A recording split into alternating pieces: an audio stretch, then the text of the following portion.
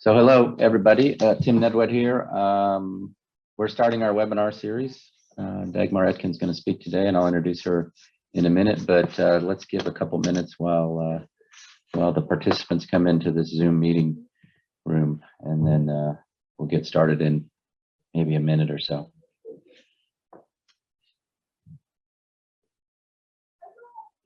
I'll mention while people are coming in that I'm going to be doing all the hosting duties myself because Lynn Zhao, who usually helps me, is a bit under the weather this morning. So let's hope she gets better. That leaves me in sole charge here.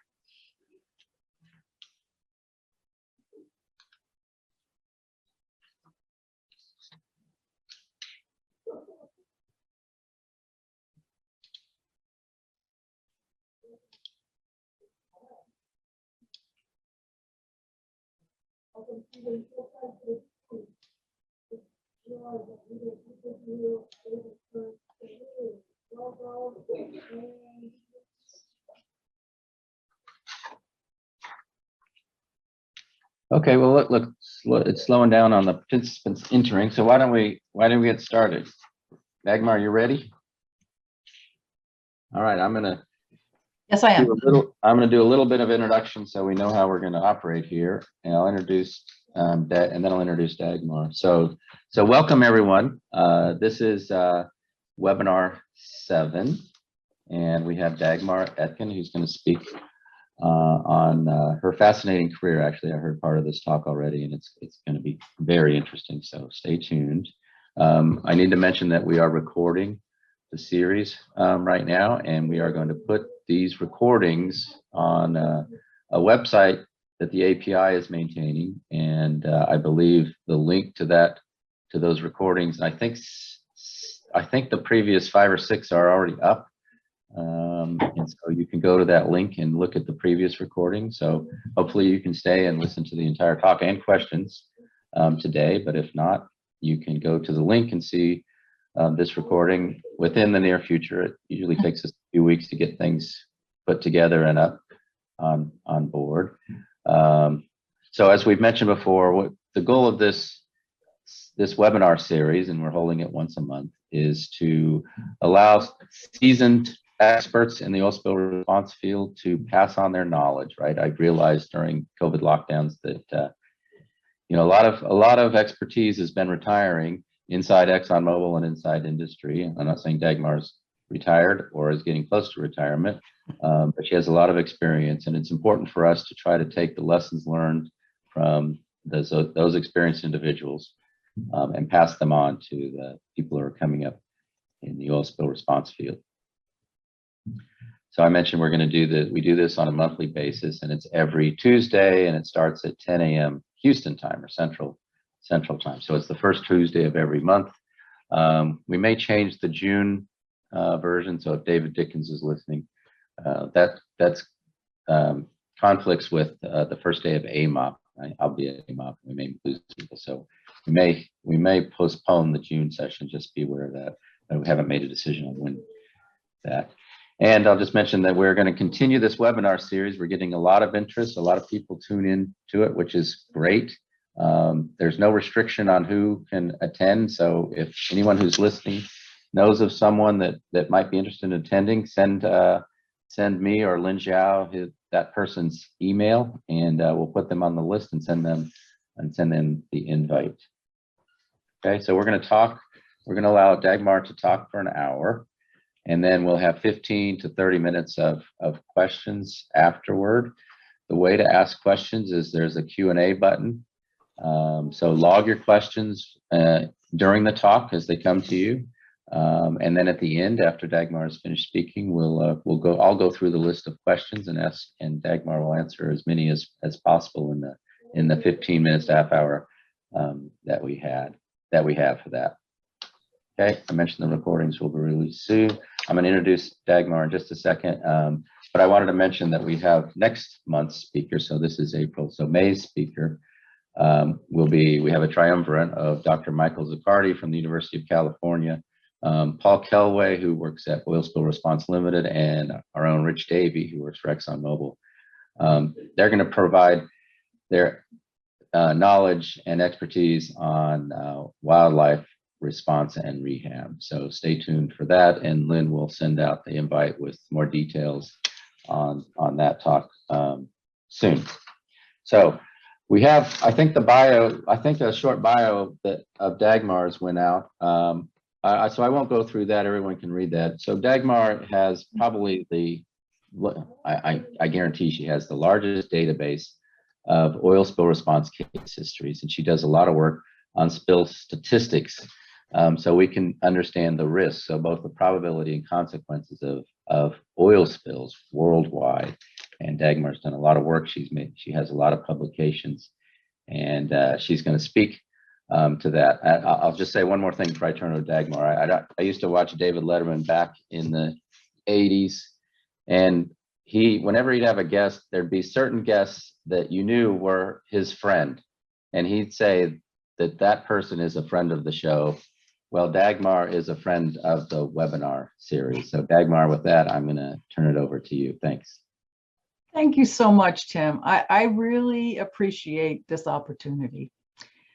So anyway, here's I'm talking about learning from the patterns in oil spill data. But I want to back up a bit and just tell you a little bit about how I got there. Let's see if I can. There we go. How did I get to working on oil spills for 40 years? And actually this year it is 40 years. Because nobody wakes up one day and decides to become an oil spill expert. It certainly didn't happen that way for me. I was going to be a biologist from the time I was a little girl, poking in the dirt, planting seeds, wading in woodland ponds, looking for crayfish, collecting and dissecting. At Harvard, I studied with some of the greatest minds in the biological sciences, Stephen Jay Gould, Dick Lewontin, E.O. Wilson, who just died recently. I learned critical thinking, and I looked at problems from all different angles. To make money, I did a lot of statistics for Harvard professors, getting them set up on how they should set up their experiments and so forth. And I also did all sorts of translations from German scientific literature, German being my first language. Directly and indirectly, I delved into all kinds of sciences, looking for patterns in ecological systems and populations. I was all set to go into the happily ever after as an ecological modeler, or maybe an economic botanist. And then, well, I needed some money, and I was doing some teaching at Harvard after I got my PhD, but I needed a little more money. And I had a friend from Harvard who was working with the Smithsonian Institute for short-lived phenomena. They were tracking oil spills, among other things like volcanoes and hurricanes and things like that. So I did some analyses for that, and to be perfectly honest, I thought it was really dreadful. But I did learn that there were a lot of oil spills going on that I had never heard about. And then, well, to make a long story short, an academic career and motherhood were not compatible, at least in those days. My sons just turned 41 and 37 in the last few days, actually. When I went to work, I figured I'd help those poor people at the Oil Spill Intelligence Report on those dreadful oil spill stats until something better came along, a few months or so. And then for a report that I was writing for them, actually it was on cold water oil spills, I had to interview this guy named Al Allen. And then shortly thereafter, I had to interview another guy named David Dickens. I began to wonder if they all had, names with the same first and last initial. Anyway, but talking to Al and then talking to Dave, I became completely mesmerized. I found out that this stuff was really, really interesting, and that there were ways that all of the different sciences that I had studied, or indirectly or directly, and thinking and statistics and math and logic and all those things came into play. And I started putting myself into it with the fervor that I had with my PhD thesis research. I tried to learn everything I possibly could about oil spills, and I talked to the most interesting people and read about their great work. And then I got to go to the North Cape oil spill. It wasn't that far. I could drive down to Rhode Island, and I met Jackie Michelle giving scat lessons on the shoreline. And then I read about Debbie French McKay's oil spill modeling and NRDA research, and I was completely hooked. So there I was, so many sciences, great mentors, colleagues, and I felt as though I could maybe make a meaningful contribution. I felt constrained at Oil Spill Intelligence Report. I wanted to do things my way, and I didn't like people telling me what to do. So I took the giant leap in 1999 and became an independent consultant. And I've spent a lot of time looking for patterns in oil spill data, and that's really what we're here to talk about today.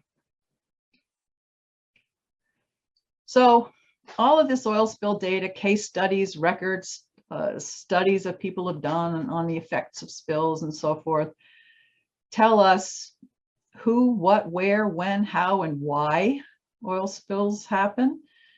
And you can answer questions like, and then what happened? Will this happen again? Why will this happen again? How bad will it be, or could it be? How can this be stopped, and how can the outcome be changed? So to me, it's not just numbers, and it's a bunch of stories, really, that we can learn from. Well, as our colleague Jackie Michelle always says, she's never been to the same spill twice. That's true. Each spill is unique, but there are patterns. There are patterns in the frequencies, by source, by cause, different volumes, locations. There are trends that we see in these frequencies and volumes, locations and causes. There are different outcomes and consequences of spills, and there are correlation between the different factors. And from this, we can make useful tools for spill risk assessment, planning, and cost-benefit evaluation, and other things. A lot of what I've done is in one way or another related to oil spill risk assessment. So spill risk, we know, is like the probability of something happening times the consequence. And it's a very vague sort of multiplication of those two factors. For spills, it's how frequently do these spills happen, and how frequently do they occur based on their exposure. And when I'm talking about exposure here, I'm not talking about Debbie French McKay's exposure to toxins. I'm talking about exposure to situations in which you could have a spill. How many miles of pipeline, how many tanker trips, that sort of thing. On the consequences side, there are really two things going on, and for spills, I split it out anyway into spill volume. And for some people, the volume is really, that just is the consequence, whatever magnitude of that spill is. But I also think it's important to look at the impacts or effects, and those can be ecological effects, that can be cultural effects, that can be socioeconomic effects, costs. And then we can also look at spill risk mitigation, and that's also what I've been working on. How do we mitigate these spills? We can prevent them. That's working on the probability side, and that's certainly always the best way to go. Keep the horse in the barn, but if the horse is leaving the barn, then let's talk about mitigating the consequences, and that can be through source control. That's reducing the amount of oil that's spewing out of the well, or leaking out of the tanker, or coming out of the pipeline, and then reducing the impacts or adverse effects. Debbie has taught me very well, I'm supposed to say adverse effects, not impacts, through spill response, which is what many of us are talking about in this seminar series, webinar series. So for oil spill probability, or the frequency of these events, there are a couple of ways to look at it. You can look at historical trends and then adjust those based on what's happening with the particular situation you're looking in. or you can do various sort of fault tree approaches, but all of these require some type of historical data. In terms of historical trends, we can look at spill number, how many of these incidents happen, or spill volume, or a combination of both. And then you can look at the different rates, to how many, what's the number of spills per barrels transported, or what's the volume spilled per barrel transported. And these have practical applications. With spill number, we can sort of use that to predict the future of future frequency, what we're expecting might happen in the future. We can also evaluate how well our preventive measures are working, or have we reduced that frequency.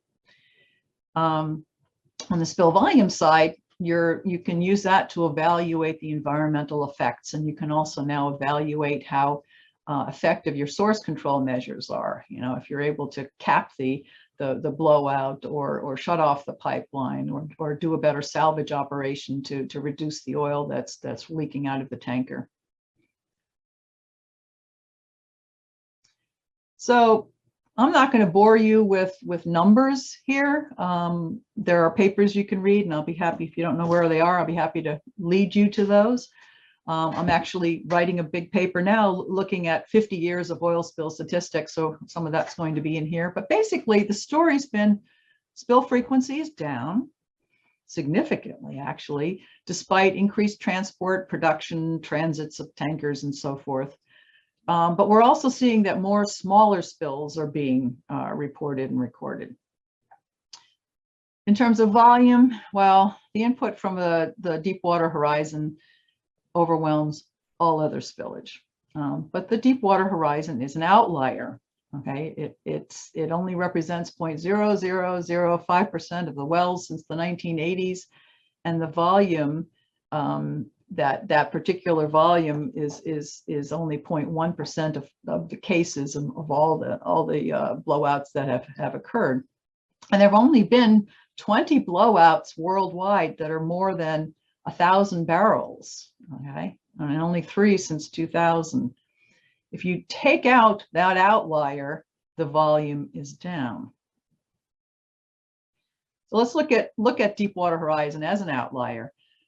This is just U.S. oil industry spillage, and you can see that it's going on the left side. You see that's the total volume, and everything's kind of sort of going down, but you can't really tell. And then there's this giant leap in 2010. That's Deepwater Horizon.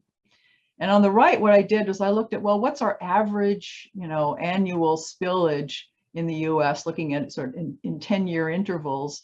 And you can see that it's all going down if you don't count the Deepwater Horizon, and that 319,000 barrels, that's actually averaged over a actually that's an 11-year period there. So that would be just, if you were adding all those numbers together and now just dividing by 10, that's what it would come out to be for that decade. Now you got to be careful looking at historical spill data. This is these are US pipeline spills. PHMSA does a great job in tracking all these. It's great fodder for all kinds of studies. And so on the left, you see, since 1968, those numbers, they were going down. And I have it divided here into different sizes of spills. But then all of a sudden in 2002, there's this leap. It goes up, like, what's going on here? Turns out that 2002 is when the Pipeline Safety Act was implemented, and all of a sudden you had to report all those smaller spills that were not being reported before. So that would lead you to think that there are actually more spills occurring, but that's not really what's going on. Now on the right graph, you see what I've done is taken the 1,000 barrel and up are larger pipeline spills, and looked at what those numbers are. And there you can actually see that there is a downward trend through the years. So what's happening is that you've got different distributions of volumes, so you've got, I like to put things into these little volume categories, 1 to 9 barrels, 10 to 99, and so forth. And on the left graph here, you see that there's the distribution is, it's almost like a normal distribution with the 100 barrels, the 100 barrel category being the highest, and you don't have as many smaller spills. If you look at the right, that's starting in 2002 when those smaller spills were reported. Now you've got the distribution that you're probably really expecting, and that's more likely to be genuinely the case. Lots of smaller spills, and with each increasing size category, the numbers are going down.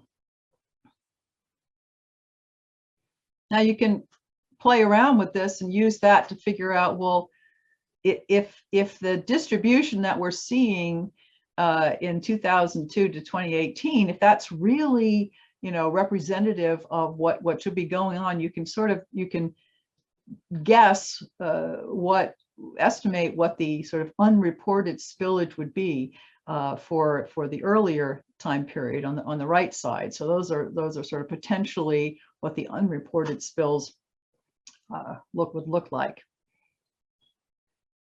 You can use this to quantify the effectiveness of spill prevention. So if you look at on the left side here, we've got our pipeline spillage rate. That's how much is being spilled, the volume being spilled per billion barrel miles of transport. And it goes up and down because in certain years you've got larger spills that are affecting that.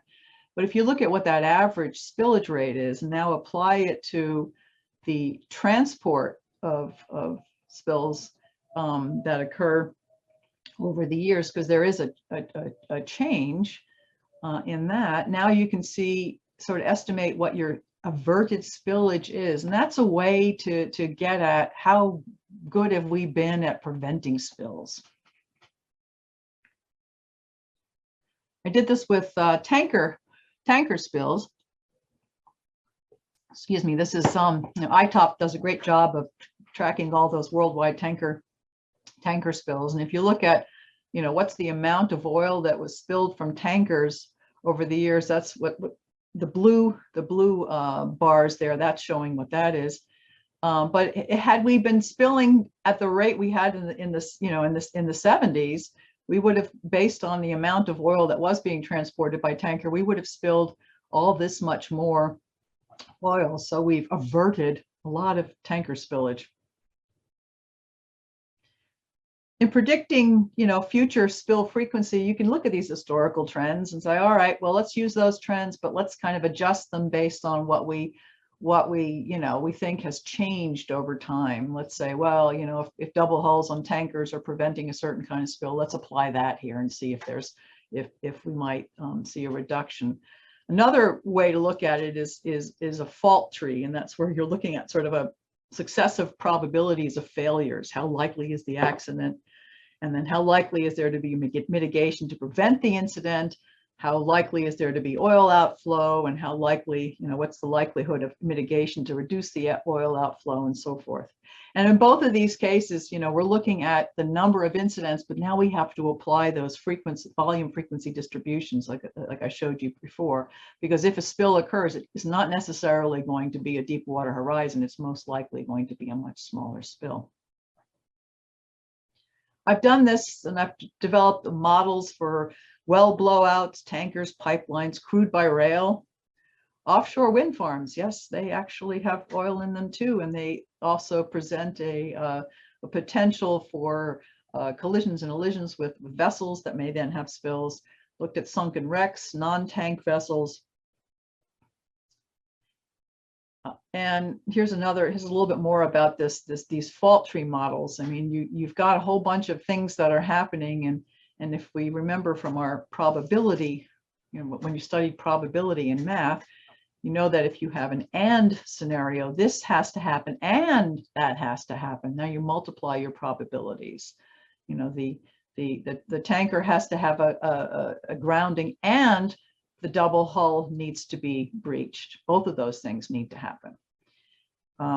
In some cases, you're looking at or scenarios. This happens, there's either a collision or there's a grounding. And if you're looking at what the spill rate is, you're going to have to add those probabilities together. But all of those probabilities are based on some kind of historical data. And in some cases, there are also sort of theoretical studies that people have done. Naval architects and so forth have models to figure out whether the oil is going to leak out of a certain tank or not. On the consequences side, ecological consequences, I've done some work in that, but some of my colleagues have done much more eloquent work in that. There are socioeconomic and cultural consequences of spills, as we know. And then there's costs. There's another thing that I ended up getting in. I'm not an economist, but I sure saw some patterns there. We've got different kinds of spill costs, response, third-party damages, NRDA, and depending on whose perspective you're looking at it, there can be fines and the price of the oil itself. We can use these to people want to put a dollar sign on those spills because it's a way that we can measure the magnitude of the spill effects, and we do that through NRDA, and it's also a way that we can look at future potential spill magnitude and what's the value of that. And people use this for things like figuring out, well, does the potential spiller have enough financial backing to pay for a major spill? Is a potential spill worth the risk? If you couple that with a spill probability assessment, you go, well, do we want to risk this? How likely is that accident to happen, and what's it going to cost us if it does? And we can also use it for things like looking at how do prevention measures compare to spill cost. I often use the response cost as a proxy for the other costs as well, because it gives you, in response, we're going to have to mount a more expensive, complicated response for a more complicated spill that would probably have more third-party damages and natural resource damages too. So it's a way to get at that. And over the years, I've developed a number of models. This is one that I did a number of years ago, and I often find myself making these kinds of diagrams because it's the way my brain works. I see how things are connected to each other. And basically what this is telling us is that there are a number of factors that come into spill costs. Obviously, the volume of the spill, but the cultural values, the political jurisdiction in which the spill occurs, the political climate, the economic situation of wherever this spill occurs, the oil type, the sensitive resources at risk, the cleanup strategy that we use, and those things, they all sort of relate to each other. The season and how clean is clean, one of our favorite questions. Some of these things are interrelated. I think that, all of these red ones are, how clean is clean and cultural values and all of that. Those things actually are very closely related with each other. Oil type and sensitive resources at risk and the season in which the spill occurs and the cleanup strategy we use, those things are also closely related to each other. Now, I've got a pretty good handle on taking spill volume and political jurisdiction and national economics, oil type, sensitive resources at risk, and cleanup strategy, and taking those values, looking at the patterns in the data, and then kind of come up with a number of models. And what I've learned is that there's some interesting patterns, again, back to patterns, with response costs in relation to spill volume. Now, obviously, larger spills are more expensive. It's going to cost you a lot more to clean up a large tanker spill or a large blowout than a smaller spill. But I like to also look at a simpler metric, and that is the response cost per barrel. And there you see an interesting sort of relationship. These very, very small spills, I mean, ones that are within a facility or something, those are those are the per barrel cost is relatively low, and it's pretty straightforward. As the spill turns into something more complex, this is when you have to bring in the several tiers of responses and all kinds of things happen. It starts getting much more expensive. But then even within the complex operation, the per barrel spills then start to go down based on the number of, the number of barrels you've spilled. And that's just because you're now you've brought all that equipment in, you've got all those people there, all of that stuff's going on, and you're dividing it over a larger number of barrels, and it just sort of spreads it out, and you've gotten sort of economy of scale going on. Now, one interesting thing that I've seen over the years is that spill response costs, these are per barrel costs now, okay, are increasing at a rate much higher than inflation. Now, these are all these costs are in 2021 dollars, and these are all the different decades here going across. And if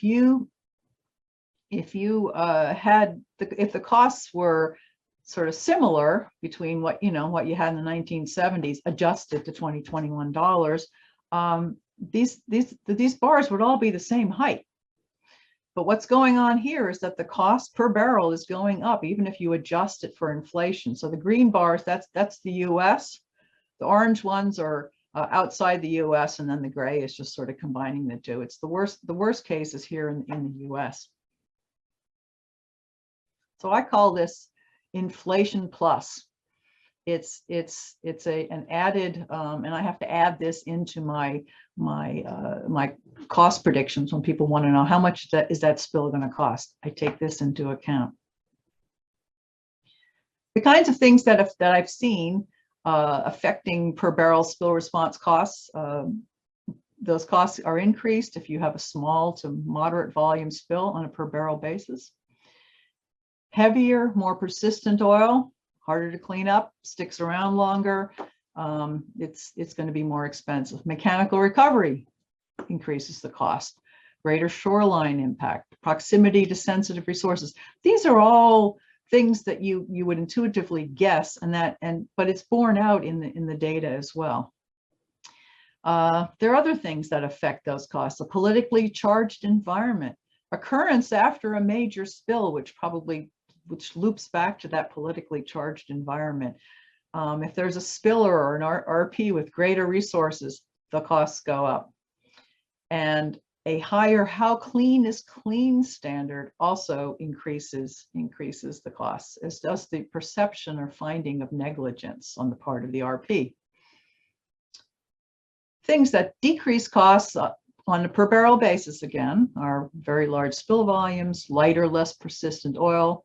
A dispersant-based response is less expensive. The further offshore you are, less shoreline oiling, less expensive. Located outside the US is a bad place to have spills in terms of costs. Places where you have lower local labor costs, it's less expensive, and a greater efficiency of the response will also decrease the costs. So I'm actually currently, I've written a number of papers about spill costs, and to be honest, I think that those earlier, I wouldn't even call them models, but those papers have been misused in the literature. They've been misused in litigation and all kinds of things, and I want to sort of set the record straight. So I'm writing a paper to try to bring some better reality to spill cost modeling. It's based on that inflation plus factor that I showed you earlier. And then other factors, oil type, what's the sort of more the persistence category of the oil, the spill volume category, and the geographic location. And there's just a very, very basic drawing of the model. And it's based on all kinds of, case studies that I have, as well as literature research and so forth, and a certain amount of expert judgment to come up with a cost that you can apply to a potential future spill. Now, you can predict what the spills are going to be, and of course then the actual cost is sometimes somewhat different, and some of that is going to be based on the effectiveness of the spill response. How good were we at mitigating the damages, the adverse effects? And in some cases, it's chance circumstances. Bad luck, bad timing, whether it's the tourist season or the birds are migrating, a bad political climate, Occurrence after another major spill, there's this outrage factor that comes into play, and then just a really bad location for one or more of these reasons. Well, let's talk about effectiveness of spill response right now. This, the main theme of our webinar series is about spill response. So let's go back to our usual tools in the toolbox. You all know this, and I'm going to focus on mechanical recovery right now. Mechanical recovery, very simply, it has significant benefits. You can recover oil and so that's no longer impacting the environment or causing adverse effects. It has broad stakeholder acceptability. People, believe in it. It has drawbacks. It's labor and equipment intensive. There's a lot of work involved and people work very, very hard at it. There's been a general rule of thumb over the years, and I saw a number of citations about this. The work that I'm about to show you is from a paper that I wrote with Tim, and it was published in Marine Pollution Bulletin in the last few months. If you don't have a copy of that, send me an email. I'll be happy to send you one. And we question the rule of thumb about the 10 to 30% of oil recovered. How reliable is this? Where did this come from? How was it calculated? So first off, how is recovery calculated? I mean, this is a completely hypothetical example. It just shows you how you can get different results based on what your base assumption is here. I mean, usually, you've got let's say 100,000 barrels spilled, and we recover, let's say 10 to 30,000 barrels of that mechanically. And then so now you say there's 10 to 30% recovery. But what I also learned in looking at a lot of past oil spill data is that the recovery rates aren't necessarily always only the oil recovered. A lot of times you're talking about oil and water. There could be emulsion. It's complicated. I'm not sure that's always all oil. But you can also say, all right, but what could one conceivably recover? I mean, if let's say 40% of the oil evaporates now and you've recovered 10 to 30,000 barrels, well, now you actually have recovered 17 to 50% of the recoverable oil. So that's another way that people might look at that. Oh, there we go. So these are data from the Deepwater Horizon. You get different numbers depending on which data you use for how much oil was removed, whether you're looking at it in terms of what the available oil was, or based on what was originally spilled. And so there are different studies, and this is in this paper as well. And so we got a variety of removal rates. If you look at it on the total amount of oil spilled, it's somewhere between 2.7 and 4%.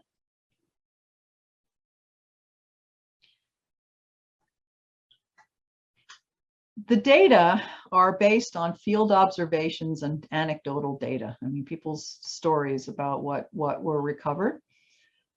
Sometimes there's questionable data on the recovered quantities. What is our numerator here? Is it oil? Is it oil and water? Is it oil, water, emulsion? What is it? There can be challenges in determining the total amount of oil spilled. I mean, if oil leaks out of a tanker, we know how much oil there is. If it's coming out of a well in a well blowout, it's much more complicated, as you know.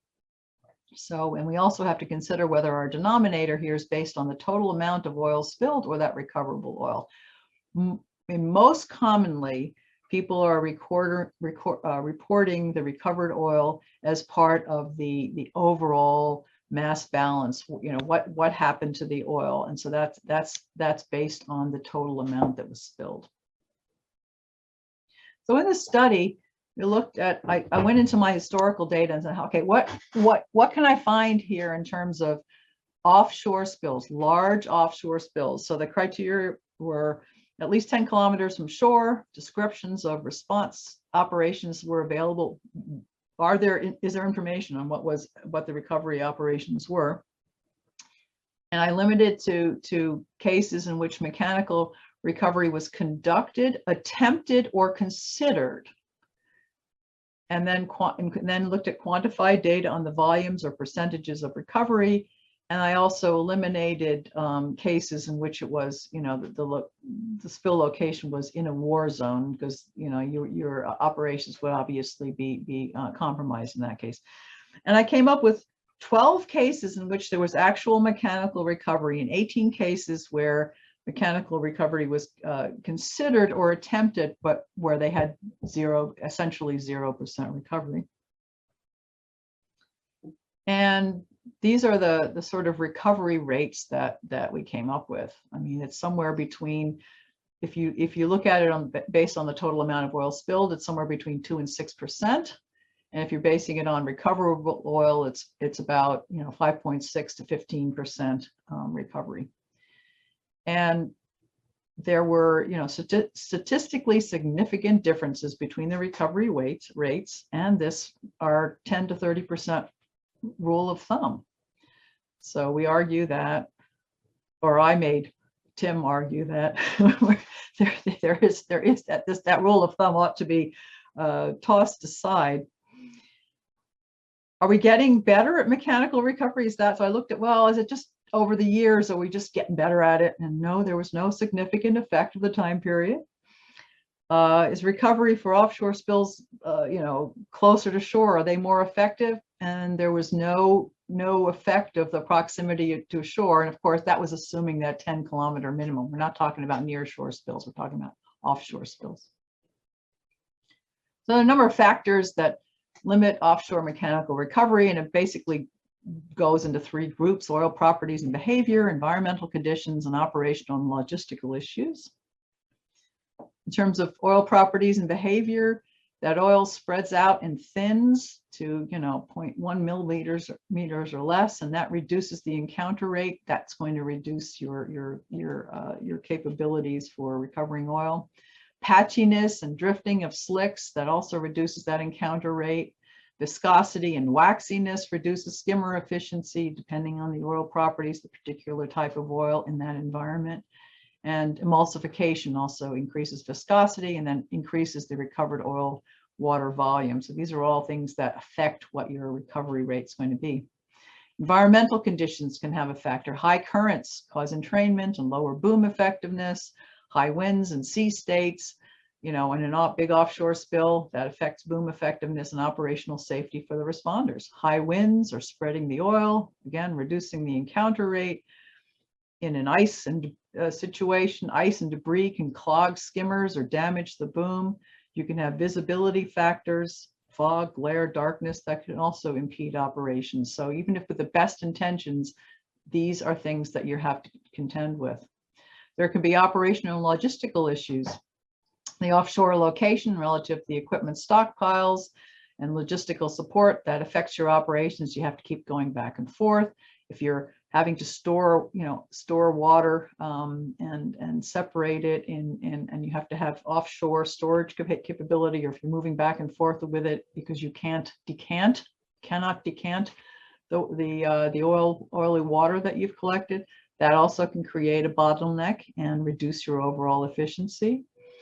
And then operator skill and experience, the efficiency of aerial support and remote sensing and response management, all of these things affect the overall operational effectiveness. So these 3 categories of things will affect how effective your recovery is. Now, we're not saying that mechanical recovery it doesn't have an important use. We're talking about large offshore spills, and that there may be, at least based on the data that we have, it looks like the recovery is relatively limited. However, for the more common small nearshore spills, mechanical recovery will always be, and coupled with some manual methods, will always be the best approach. Logistical support is close by, and you don't have as much of an issue with the severe environmental conditions. So that takeaway messages are, that you have various things that hamper the effectiveness of the mechanical recovery. we're seeing that for large offshore spills, you average about 2 to 6%, or if you want to base it on the recoverable oil, it's 6 to 15%, but still significantly different than the, the 10 to 30% that people had quoted for a long time. So, but this still leaves significant oil in the environment, depending on weathering and other cleanup. And, so for, I question whether mechanical recovery is the most effective way to deal with these large offshore spills.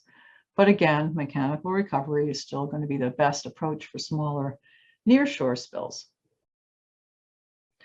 So this is, I've done a number of other types of studies, but this is just sort of focusing on what I've learned from all that spill data that I've collected over the years and pored over. But, there's a lot that we can do with it, but there are significant gaps in spill data.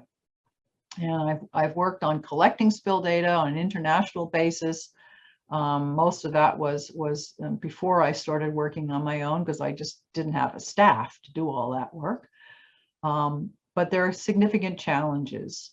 People don't want to share the data. They don't have time to share the data, and there are all sorts of reasons that it gets difficult. There are several approaches you can take. You can deal with the government agencies. Whether it's the people that deal with the spills, or whether it's whatever sort of the environmental protection organization or whatever it is, that's agency that's at the that's within the government. That's one approach. NGOs, non-governmental organizations, collect data. That's another approach, although that's usually localized to very specific areas of interest. And then different sectors of the oil and shipping industries. They're tracking what's going on with their fleets, with their operations. And I personally think that the most successful way to deal with this was actually to have industry take the lead on collecting the data, and that those are people who are in the oil industry or the shipping industry who are using oil in a large way as fuel. I think the greatest challenges are going to be for the end use industries, and those are the people who use the oil, who store the oil on their facilities, because they're manufacturing something, and that's going to be harder because that's not of particular interest to them. So that's just my pitch for us working to develop better spill statistics for the future. And maybe fill in some of the gaps we have on historical spills. But I think it's important because we can learn a great deal from the data, whether we're analyzing them in terms of numbers and trends and building little models with them, or whether we're just using those case studies to learn from those. Even though you've never been to the same spills twice, there are going to be common themes that you get from learning from all of these case studies. So that's basically all I have, and I appreciate your listening to me, listening to my story, and I hope that we've got some more stories together for the future. And I want to thank Tim and Lynn and everyone for allowing me this opportunity. Thank you. Thanks, Dagmar. That was great. Should I stop share now? What do we do here? What do we? Well, you can leave it up. There may be a question that. Oh yeah, we can roll back. Okay. Slide, so just leave it. You can still see you, and hopefully you see me. We're getting some questions, and I'll go through those while they're getting populated. I'll just mention a couple of things and kind of what things that have been interesting or surprising to me as you and I've kind of worked together over the last years. And first is, the mechanical recovery estimates were, when we started working on that, the goal was to get a sound basis for this rule of thumb that we had. And I think we now question this 10 to 30% rule of thumb pretty strongly. And in fact, the numbers you gave are likely optimistic because most of the data that you have is oily water collected and not just the oil. And so that could be nice. It could be 90+% water. Oh yeah. Estimates. So it really kind of drives home the importance of having a broad perspective when you're thinking about responding to oil spills that are far from shore and far from stockpiles of equipment, Mhm. and when they grow in size, right? When they become large spills, Right. we need to have all tools in the toolbox, and I think that work that you did really drives that. Really drives that home. So it was surprising to me. I expected that we'd come back and the rule of thumb would be validated, but I think Mhm. the question, and it's important, as you said many times, it's what we're talking about is this category. And the reason you only have 30 spills is one reason is there could be a better, the database could be made larger by collecting more historical spill Mhm. information internationally, but it's also because, 1,000+ barrel spills offshore, far offshore, are not a common thing, right? So there's just, Thankfully, yeah.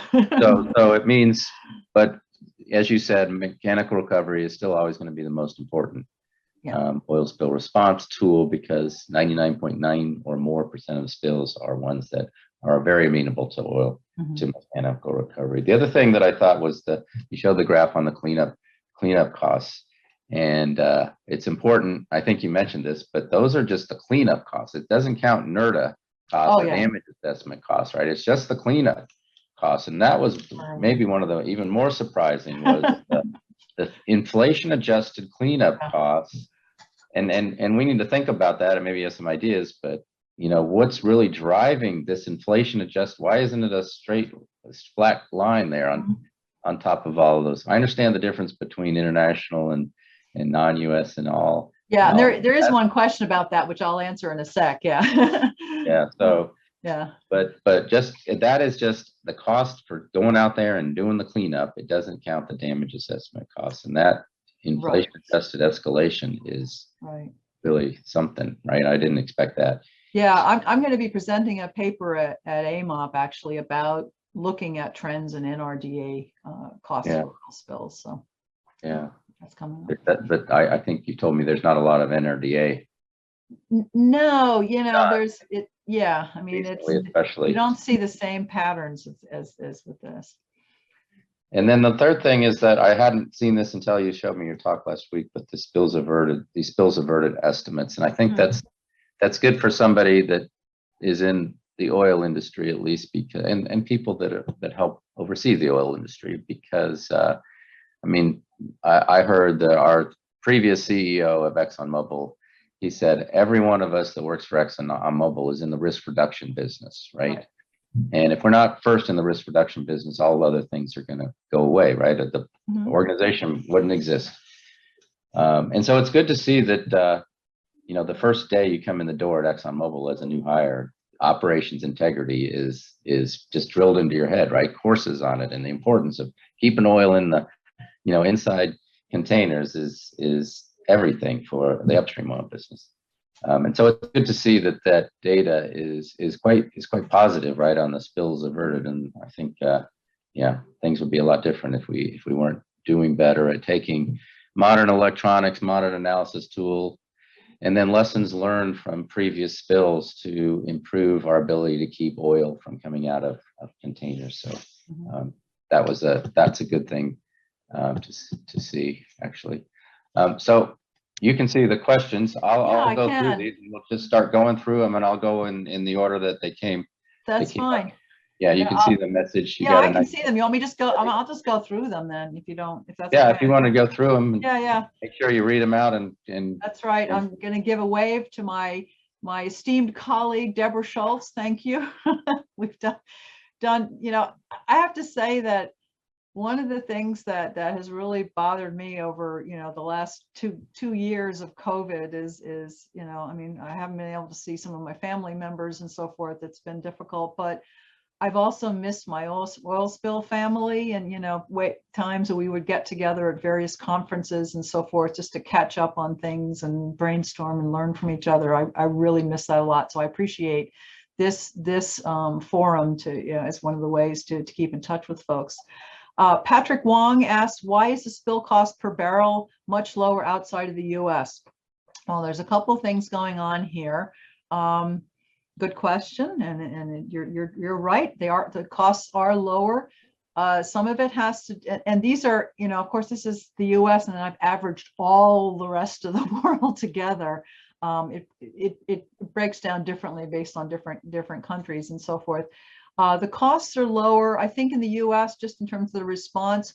We have a higher expectation of you know, to put it bluntly, of how clean is clean, and we end up, you know, just working really hard at that, and it's expensive. Lots of equipment, lots of government oversight, all of those things make the whole process much more expensive. There are actually, you know, certain countries in the world where it is very expensive to spill. It's not, so the average here is not necessarily reflecting, you know, it doesn't mean that every country like that is that way, but in general, the US, in terms of your response cost, is the worst place to have a spill.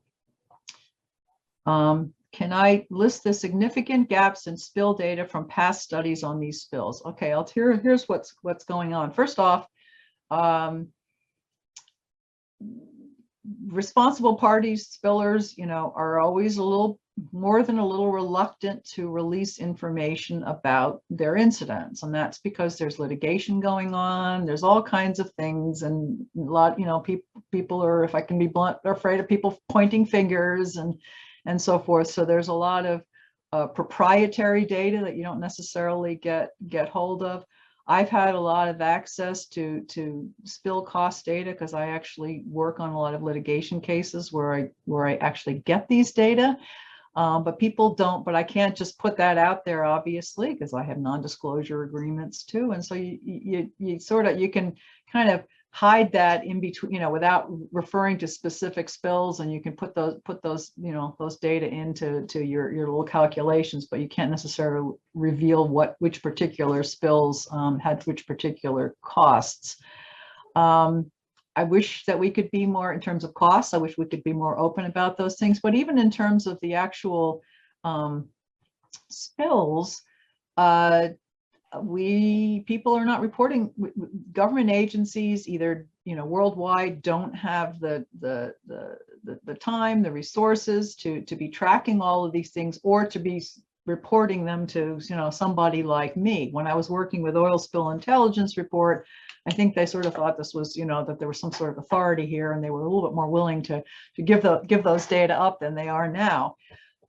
Here in the US, we've had, for a long time, you were able to get a lot of the spill data. I used to get data from the Coast Guard, and I actually analyze it and turn it back and sell it back to them, or give it back to them.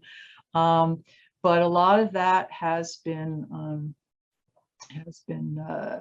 cut back. We don't have the publicly available data. It's very difficult to get it.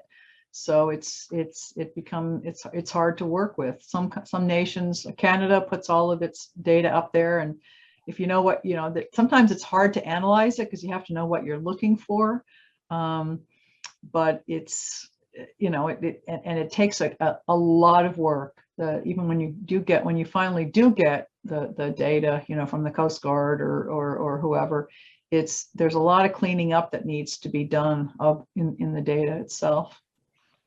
Ed Levine, hi Ed, wants to know how we can fill some of those data gaps for previous spills, and suggestions for future spills. Well, that actually, I've been working on a project with Tim and with Dave Palandro, who's over at ExxonMobil in Qatar, on how we might, you know, in future get more data and so forth. I think there are, you know, I mentioned that I think industry is probably going to be best able to do that, and that may be dividing things into, you know, the oil exploration and production, you know, end of the industry versus the tankers versus the pipeline people. I don't know, but somehow those folks, they are tracking their spills, but we need to, you know, we need to be able to all have in some way have access to that, so that we can do these types of analyses.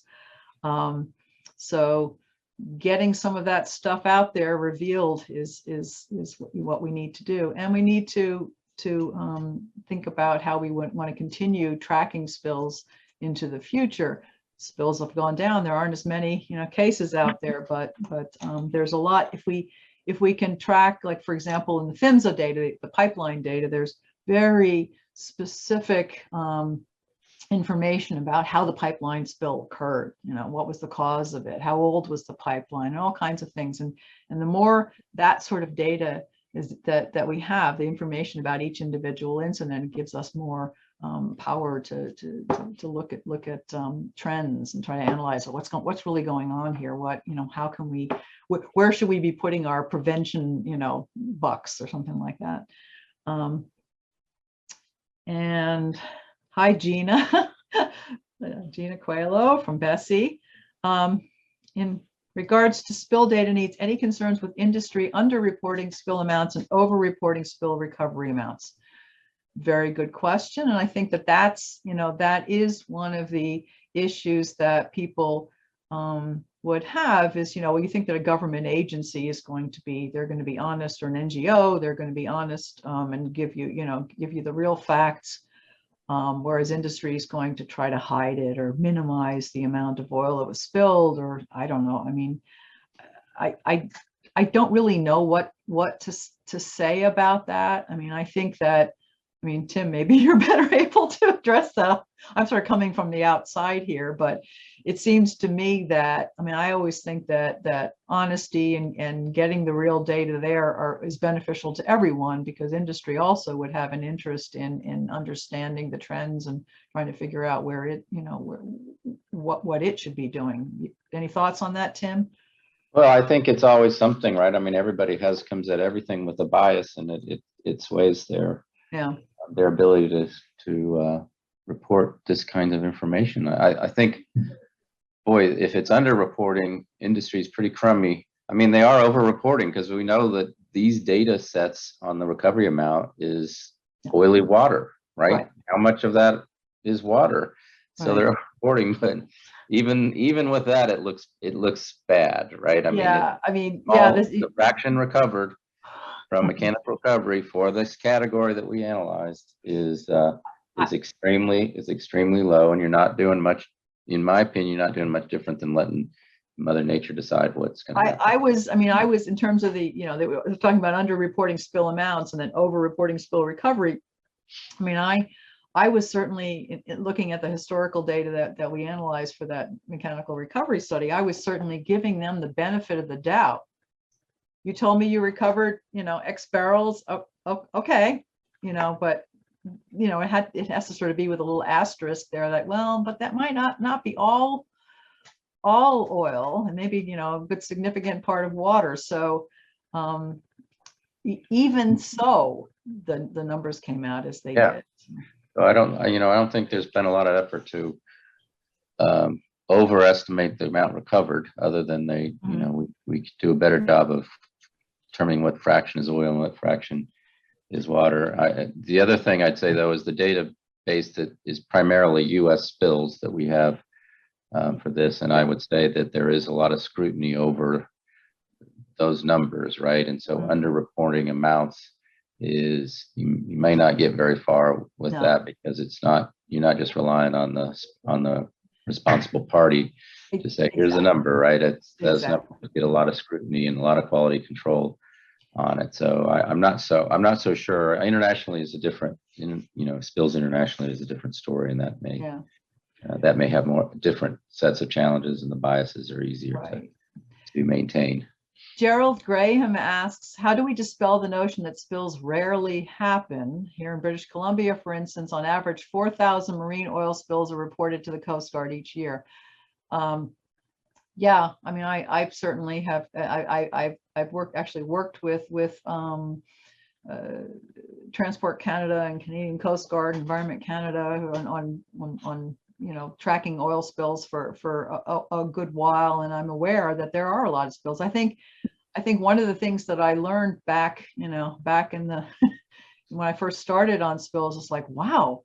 I heard about the Santa Barbara blowout, and then other incidents, but I didn't realize that these things are happening all the time. Now, most of the spills are much smaller, but when I had to go through looking, I did a project for EPA, well, it was like 20 years ago. You know, I had to look at 155,000 incidents and then try to look at sort of the patterns in those and sort of predict what the costs were and so forth. There are a lot of spills that are happening all the time. The ones that occur that are really big, obviously, or the ones that occur in very sensitive areas, whether it's, you know, and sensitive can just mean politically sensitive. You know, if it happens on a tourist beach, or if it happens in a you know, in a marine sanctuary or something where there's a, you know, where there's a particular sensitivity, you're going to hear about those more often. But no, spills are not rare. And we still have a lot of work to do in reducing, you know, reducing the spills.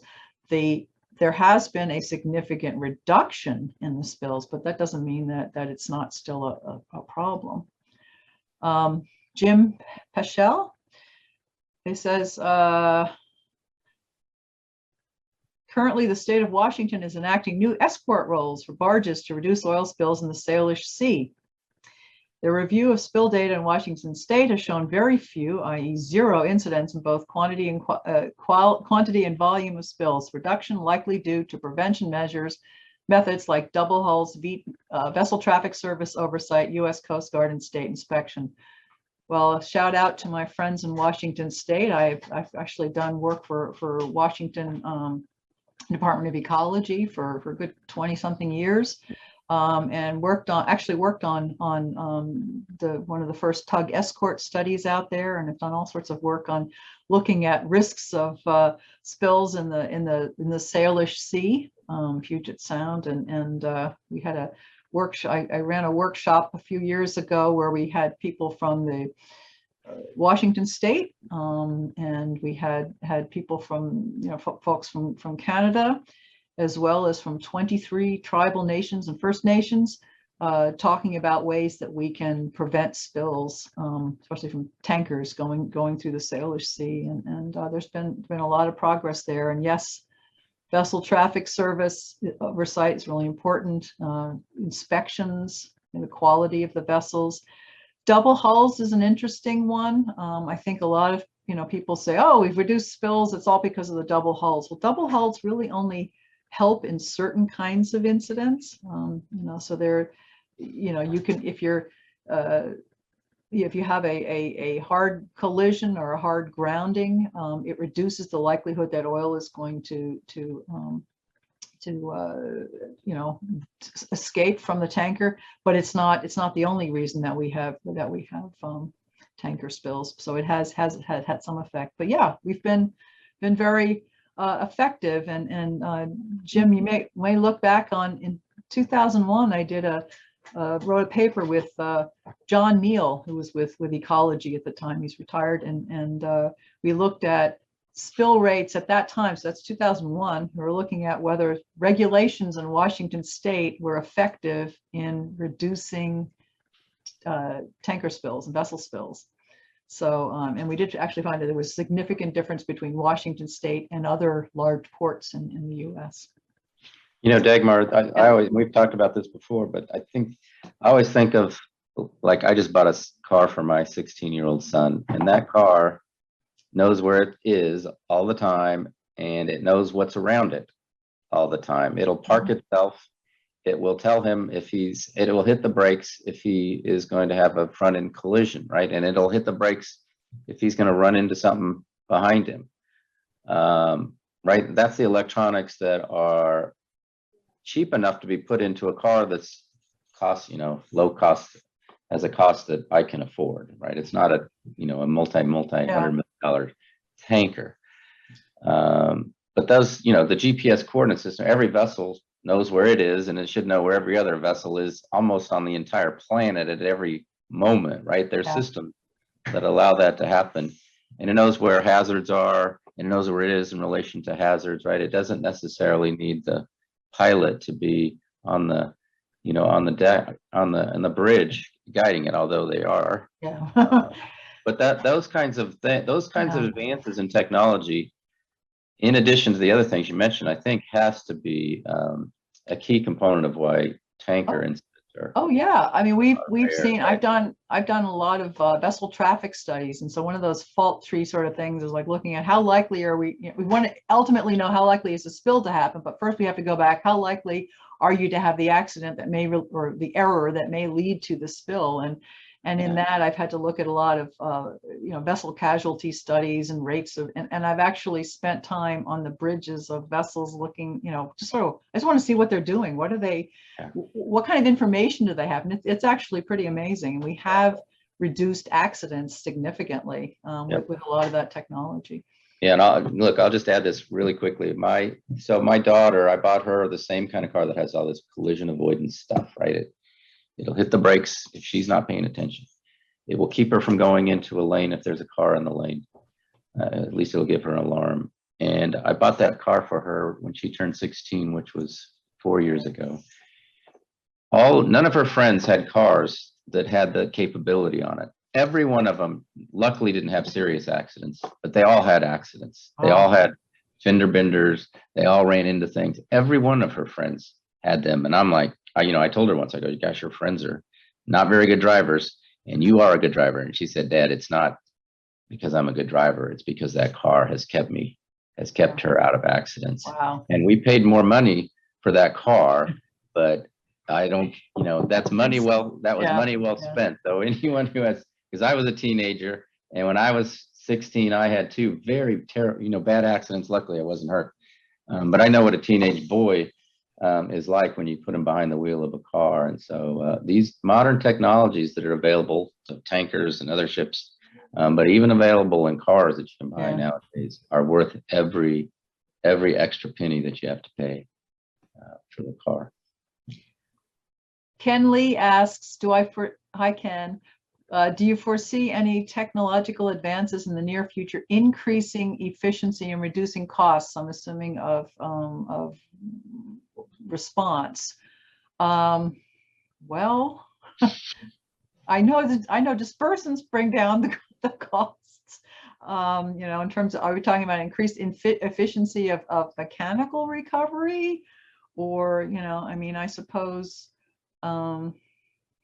There are people who are working on increasing mechanical recovery effectiveness, certain technological advances there. Although I admit, we have a relatively small data set, but that's for people who were actually reporting the recovery. There was no change over time. So it wasn't like in the 70s we weren't really good at it. Now that in 2010 we're getting better at it. There really was not that much difference. So, but there are, for certain types of situations, there are certainly people who are working all the time to try to increase the efficiency of the mechanical recovery. And in terms of reducing costs, the more efficient you are, the less oil that spreads onto the shoreline and so forth, the better the lower your costs are going to be. But some of those costs are sort of overhead costs, of people supervising it and so forth. So I don't really know necessarily whether it's going to reduce costs, but we may reduce efficiency. Alan, hi Al. Can I comment on the comparative cost for elimination of available spilled oil using mechanical dispersant application and controlled burning? Granted, there are fewer spills for comparison with dispersants, and especially in situ burning. Have you done some analyses on data available? Yeah, I have data on other the sort of the costs. Like, for example, I can tell you that in general, the costs per barrel are going to be less expensive for if you're using dispersants. And in fact, some of the reduced costs for some of the earlier spills outside the US was because dispersants were being used, actually. Burning too, yeah, we don't have that many cases to deal with. And I think what you're getting at in terms of the comparative cost for the elimination of the available spilled oil, with Deepwater Horizon, we had every conceivable kind of response going on out there simultaneously. And so now taking, there were, and I had actually initially, Tim, if you remember, I had said, all right, well, let's look at the, how much oil was spilled at Deepwater Horizon. Let's break it down into what was available after some of it had been burned, after some of it had been mechanical recovered, like sort of separating out all the oil that was available to all the different types of response, and so it was, quite complex. And I think we decided to move away from that and maybe look at that at a different time. But that it is complicated to look at, well, what oil is actually available for different types of recovery when you have a really complex operation like that. So yeah, that can be looked at more carefully. Hey, let me before you go on the next one, let me yeah say something about Ken's question, and I'll just Ken, plug in. He knows this because I do this all the time. But increased efficiency, reducing costs is secondary, because when a spill happens, costs are tertiary. Mm-hmm. But increasing efficiency, I think, is mechanical recovery is going to require little men to come down from outer space and tell us how to break the laws of physics, because it's the challenges of keeping oil and collecting oil quickly in booms, right? I think if we could do that more efficiently, we could skim it out quickly enough to. There's been big advances in skimmers, but just the physics of oil, keeping oil in booms, especially in the ocean, but in rivers and other things. And what about decanting?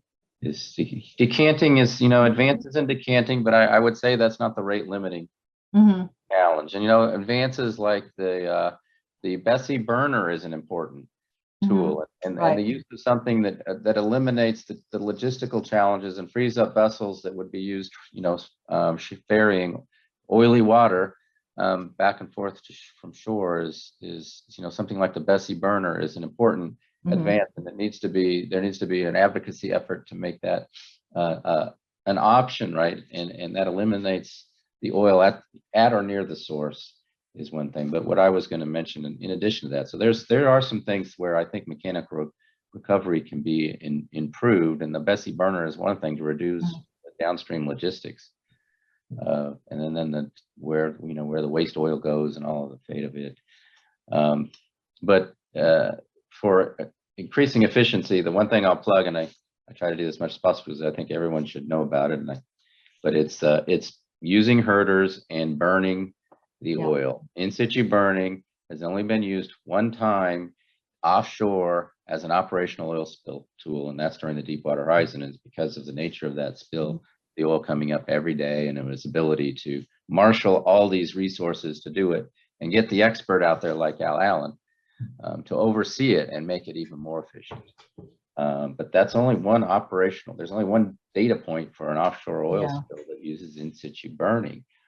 Herders and followed by in situ burning will allow in situ burning to be performed, and the tools we're developing for it will be, you can do in situ burning at the speed of at least a helicopter, and hopefully we'll advance it enough to be at the speed of a fixed wing aircraft. That means speed, in situ burning will be on the same kind of level playing field with dispersants as far as speed, and speed is the key to offshore oil spill response and getting out to the spill quickly and then moving amongst oil slicks that might be just a few kilometers apart. But doing that in an aircraft is simple and fast. Doing that in boat is slow, especially when you're pulling a boom along. So I think those things, and and the advocacy and the acceptance of these tools, herders, the Bessie burner, and there may be some other things that are coming, are right. It's one thing to develop these tools, but it's another thing to get them accepted in an environment where spills that need those tools don't happen frequently, right? And then the ability to go out and test them in the field during a planned release is very limited these days as well. So there is hope, but it is a slow process, both in development of these tools, but also in the acceptance by the decision makers for allowing these tools to be used. And you need all of those things because it's getting that equipment into stockpiles so they're ready to be used. Requires that the person who's paying for the stockpile knows that that stuff is going to be accepted and usable, right? So yeah, there's a lot of very challenge. good point. So Dave Dickens, hi Dave, says, any thoughts on producing a companion piece to the mechanical recovery paper that focuses on spills where dispersants were applied? Is there enough data to make such a comparison possible? Yeah, I'd love to do it. So I think we do have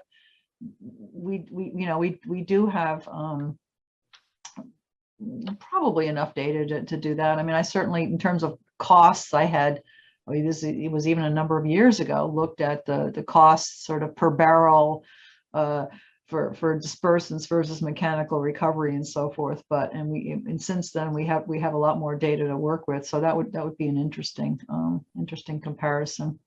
Yeah, I think the key thing would be how much, the treatment differences, right?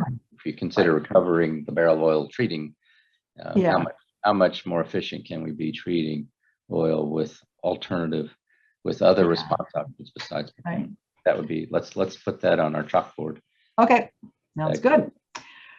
Fred Maya asks, in small spills, isn't the best way to use dispersants? The great difficulty maybe in environmental restrictions, but I understand that the impact of oil plus dispersant will be less than when oil reaches the shore. By only 6% could be recovered mechanically.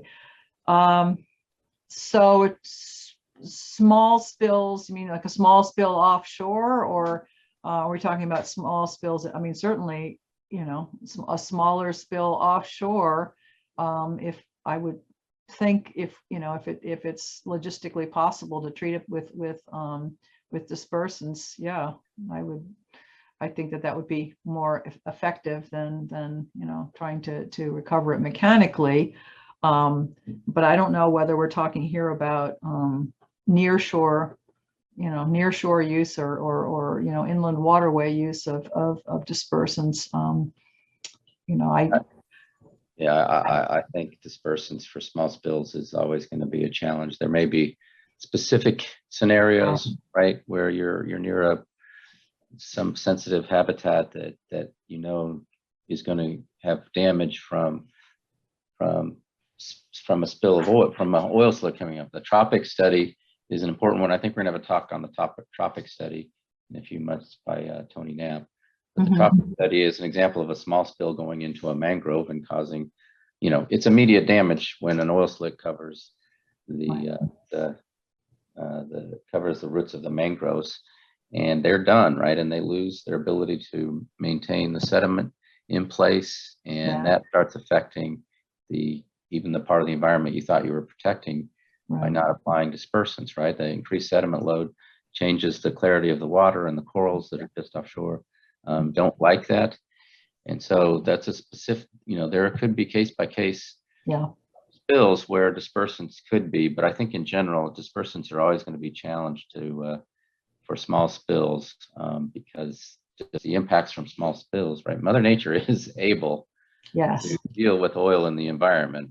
I always tell people this: if it wasn't for petroleum degrading microorganisms in all marine environments, and in fact all environments that have been diligently looked into, if it wasn't for those petroleum degrading microorganisms, I wouldn't go down to Galveston Beach with my family. I'd go down to Galveston Asphalt Road, right? It would look like the oil would come ashore eventually, but it wouldn't be oil anymore. It would be the heavy components, just like the tar that's used. And so we wouldn't have sand covered beaches. We'd have asphalt covered beaches. So small spills, reducing spills is a key thing, because certainly there's nothing good about it, but Mother Nature has the ability to deal with oil in the environment.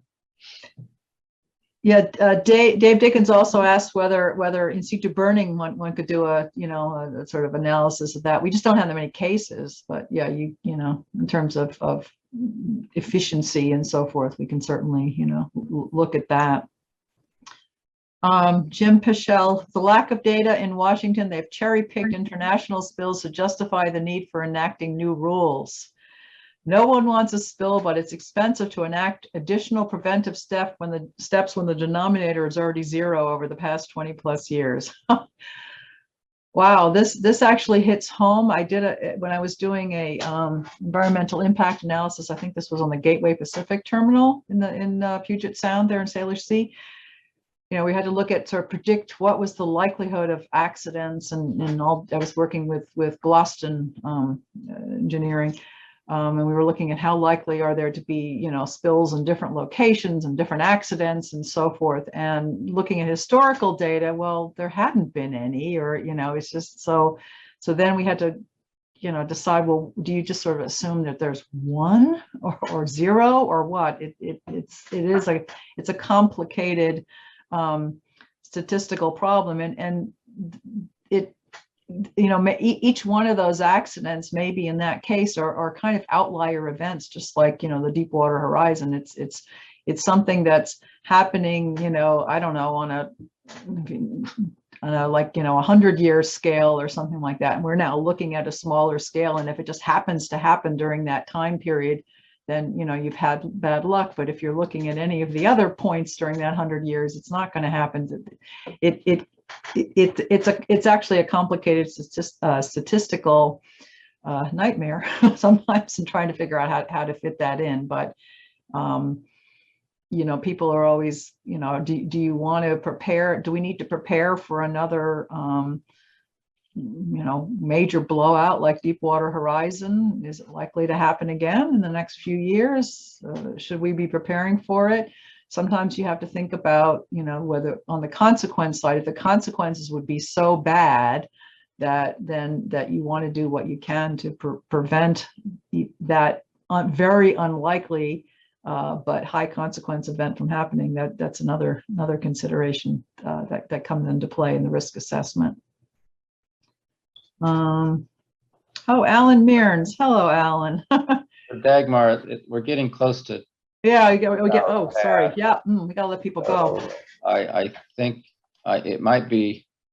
Yeah, if there's another question, if you want to look down the list and see if I'll sort of look quickly. Yeah, and that you want to. Yeah, let's see. Alan Mearns asked whether ITOP has attempted similar analyses.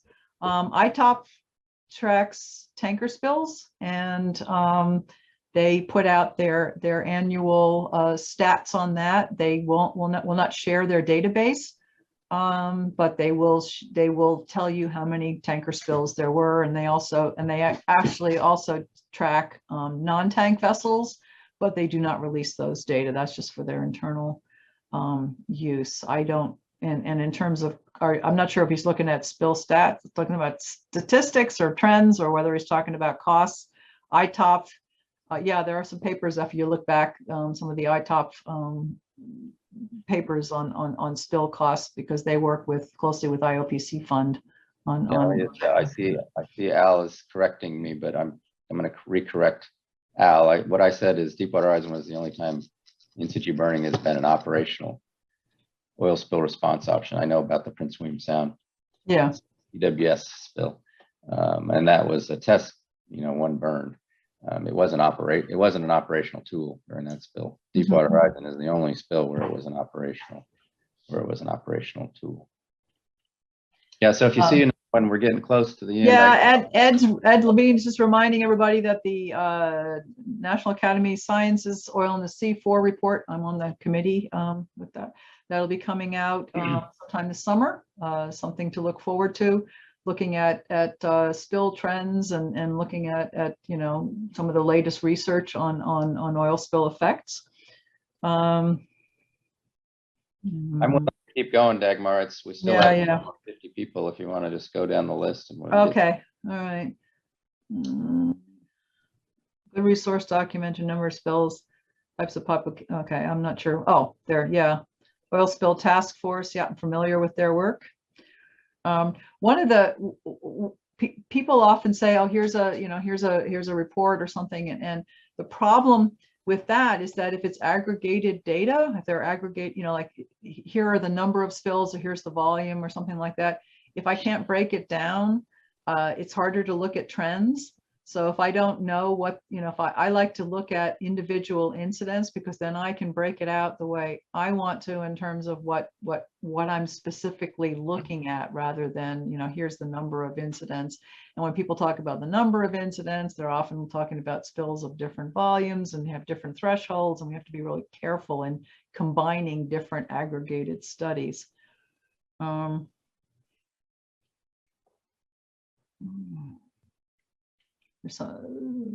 So somebody was saying, Gabriel Vlad, well, conventional technology, we can't necessarily, large oil spills keep occurring. The conventional technologies developed to respond to spills in temperate waters, such as the Gulf of Mexico, are strictly conditioned by weather and do not apply in the hurricane season, while simply being not transferable to the Arctic region.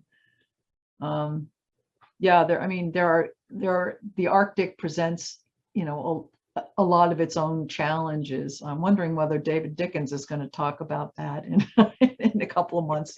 Maybe. On that question, I mean, look, there's a lot of effort put into enhancing capability. That's the reason my job exists. But Bessie has a large pool of funds to do resource, and they have a focus on Arctic, and so we haven't solved the problem.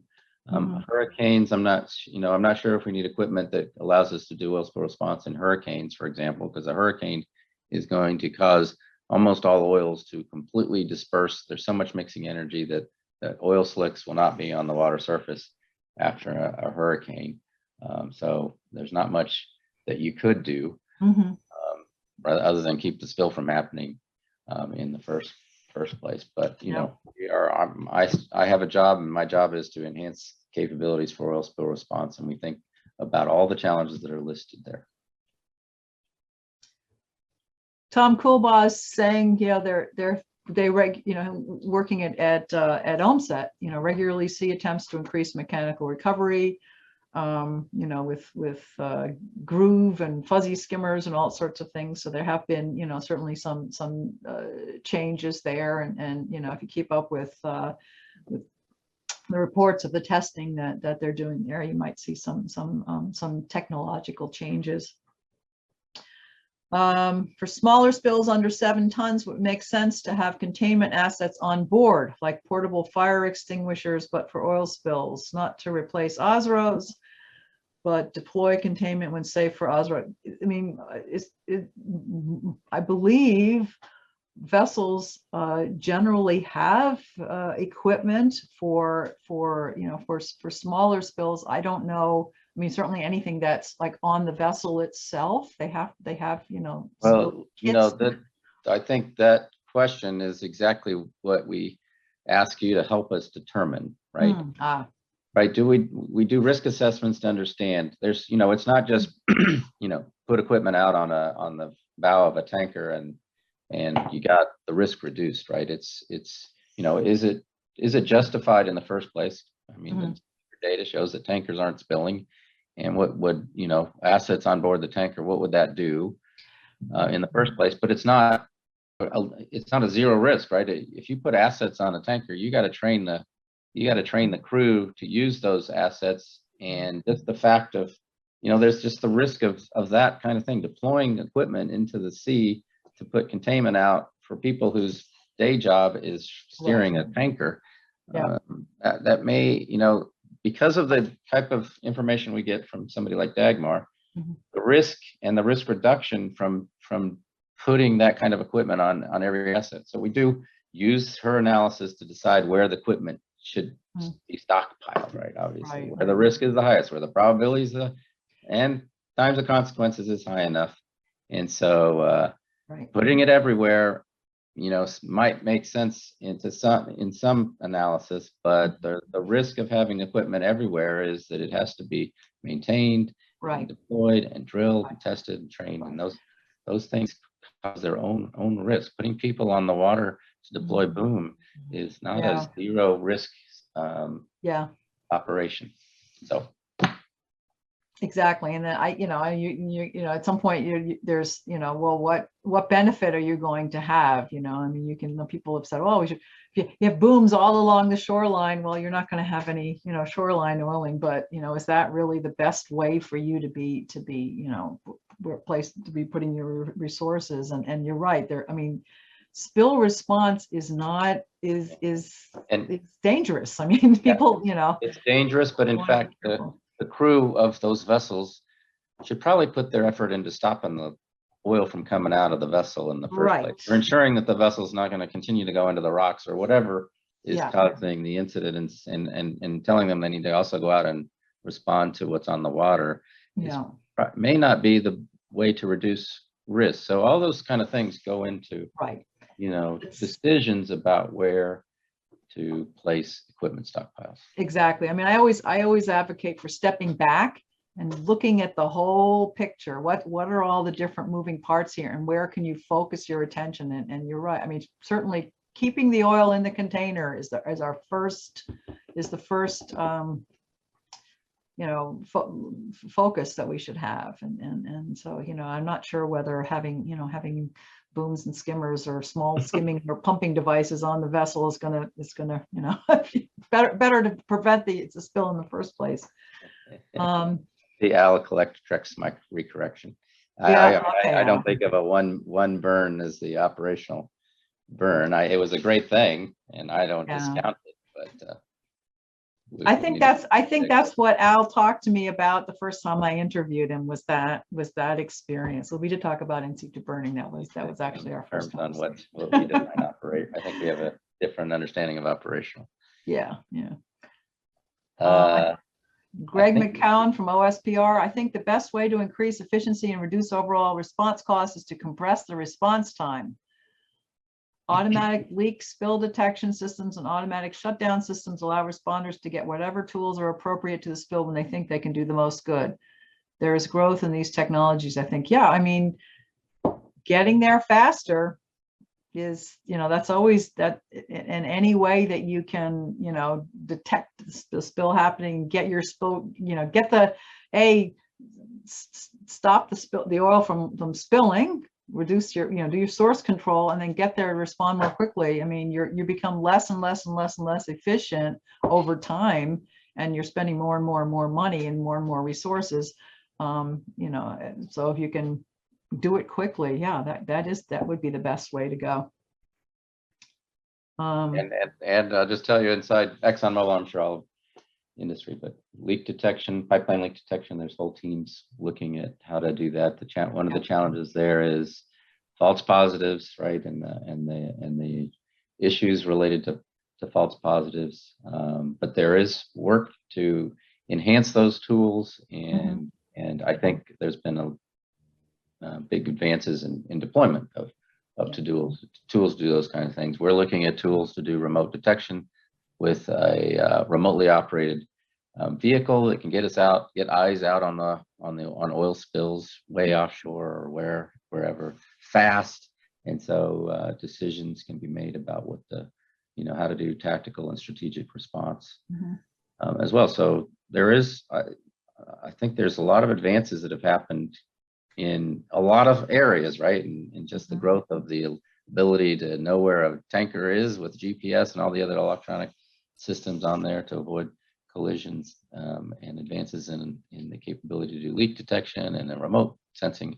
I think there's a lot of improvement, and I think I'm very positive about the next, say, decade or so of our ability to do things better than we have for the last 30 years, 40 years, 50 years. Yeah, no, that's true. Oh, and Jackie's there. Hi, Jackie. I've learned a great deal from you, and it's been I mean, one of the things that as I said, there have just been my experiences in working with, a number of the people who I've asked questions here and who I know are listening, and other folks. I've just learned so much from everyone, and I have appreciated the sort of oil spill family that we have. Okay. Are we Did we make it? I think that's it. Yeah, all right. Okay. Well, thanks. And there's still some people that hung on, so you're not talking. Yeah, no, I appreciate it. Thank you for staying here. I enjoyed the talk, and I always enjoy these presentations. You did a great job. Thank you. And I enjoy the kind of discussion, the questions get answered, and then the discussion that we have, and today was no exception. So thanks. I know this is not something that you just wake up and do. And you put Right. slides, so I really appreciate Thank you. your effort. Thank you. Dagmar. And as I said, you are a friend of the webinar. Thank you so much. I thank you for inviting me. And Lynn, I hope you feel better real soon. But I think Tim did a good job controlling the things here, so it worked out okay. Okay, thanks, All Dagmar. right. Bye-bye.